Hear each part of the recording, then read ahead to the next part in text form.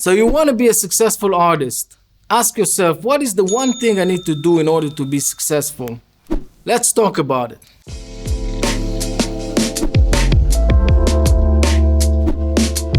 So let's take, for example, athletes. Athletes do pull-ups, they run, they play basketball, and they do it every day. The reason they do it is because they want to get better at what they do. As artists, we do exactly the same thing. We prepare ourselves for that project. For example, if we want to paint a portrait, we do a lot of exercises before we start actually painting the project itself. So in order to prepare ourselves, we need a process. The process is made out of three elements: form, value, and color. And we will start with form.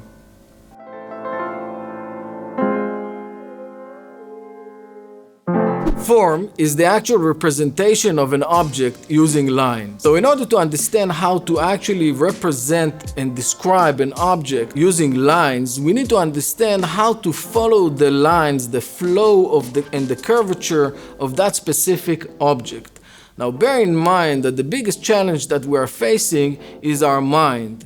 Our mind is continuously tricking us all the time into thinking that maybe this angle is too sharp, or maybe this distance is too long or too short. So in order to be able to understand and describe that object accurately using lines, we need to continuously practice and try to recreate that object on a piece of paper.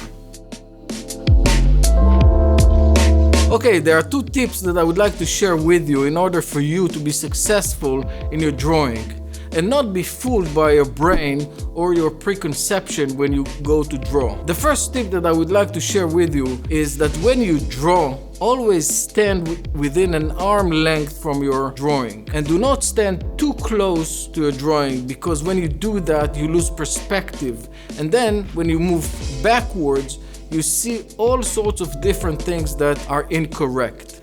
Okay, the second tip that I would like to give you is that when you're drawing, after you make a few lines, step back a couple of meters and examine your work.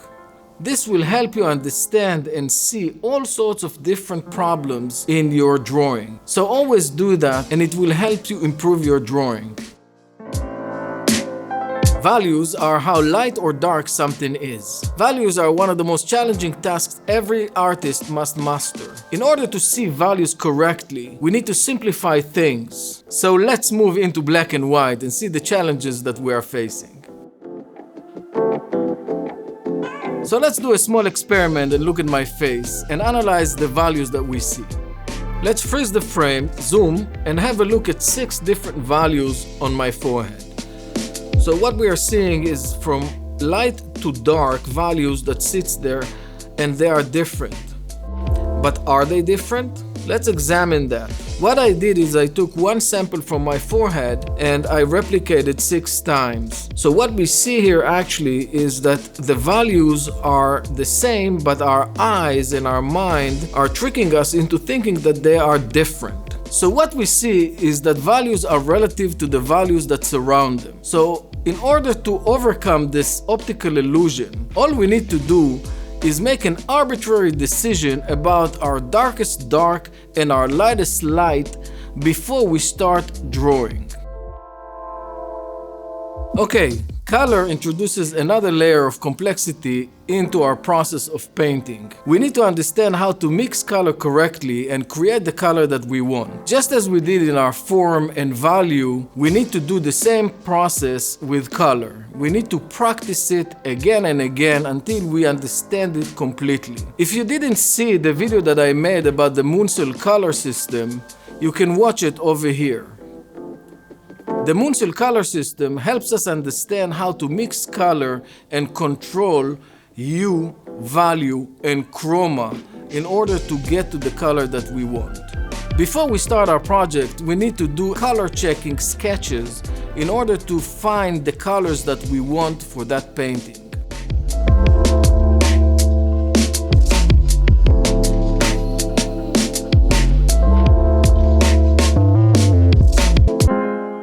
So if you want to see the entire process in action, you can watch a complete tutorial over here. I hope you enjoyed that video and I will see you in the next video.